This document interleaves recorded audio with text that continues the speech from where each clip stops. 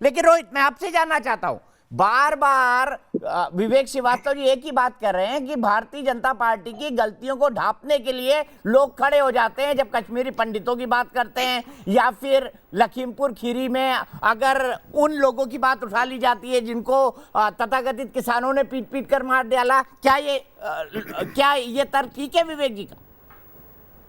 देखिए दीपक जी, जहां तक विवेक जी का बात और कांग्रेस के प्रवक्ताओं की बात है, जो कश्मीर पर उन्होंने झूठ बोला, उसकी पोल जो खुद कश्मीरी पंडित यहाँ पे सुशील पंडित जी बैठे, उन्होंने उनकी पोल दी।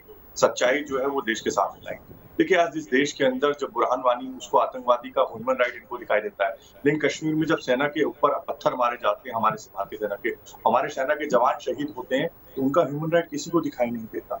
इसी देश के अंदर जो नक्सलियों के द्वारा हमारे दंतेवाड़ा के अंदर 74 जवानों की हत्या कर दी जाती है, तो उनका ह्यूमन राइट किसी को दिखाई नहीं देता, लेकिन नक्सलियों के ह्यूमन राइट दिखाई दिया जाता है।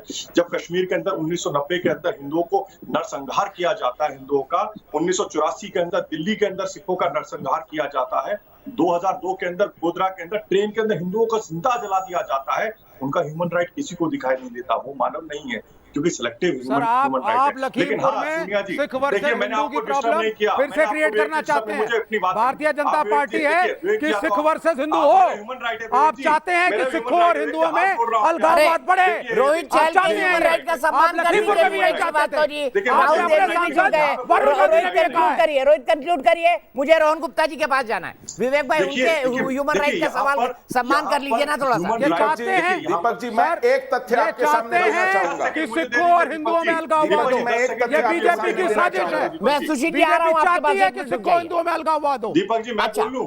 हाँ, कंक्लूड करिए रोहित। मैंने किसी को डिस्टर्ब। देखिए इस देश के अंदर सोनिया गांधी जी रोती है बाटला हाउस एनकाउंटर में आतंकवादी के मरने के अंदर, उनको ह्यूमन राइट आतंकवादी का दिखाई देता है, लेकिन वहीं मोहन चंद शर्मा उसी एनकाउंटर में शहीद होते हैं, हमारे मोहन चंद शर्मा इंस्पेक्टर, उसको ह्यूमन राइट नहीं दिखाई देता, उसको फर्जी बता दिया जाता है। आज दिल्ली के अंदर जब अंकित सक्सेना, डॉक्टर नारंग से लेके, चाहे हमारी एक लंबी लिस्ट है, जिस तरीके से आपने देखा दिल्ली के अंदर डॉक्टर नारंग हो, अंकित सक्सेना हो, चाहे अंकित शर्मा हो, इनको मॉब लिंचिंग की जाती है, उसका ह्यूमन राइट किसी को नहीं दिया था, लेकिन तबरेज का और इखलाक का ह्यूमन राइट यहाँ पर देश के अंदर दिखाई देता है। लेकिन महत्वपूर्ण विषय दुख यहाँ पर है, इस देश के अंदर फिलिस्तीन से लेकर और रोहिंग्या मुसलमानों का ह्यूमन राइट दिखाई देता है, लेकिन इस देश के अंदर जो नरसंहार हिंदुओं का होता है वो किसी को नहीं दिखाई देता, क्योंकि वो मानव नहीं है। आज राजस्थान के अंदर जिस तरीके दलित एक युवक की हत्या कर दी जाती है, उसका ह्यूमन राइट नहीं है, क्योंकि राजस्थान में हुआ, वहां कांग्रेस की सरकार है। ये किस तरीके से, ये लोकतंत्र के लिए खतरा है।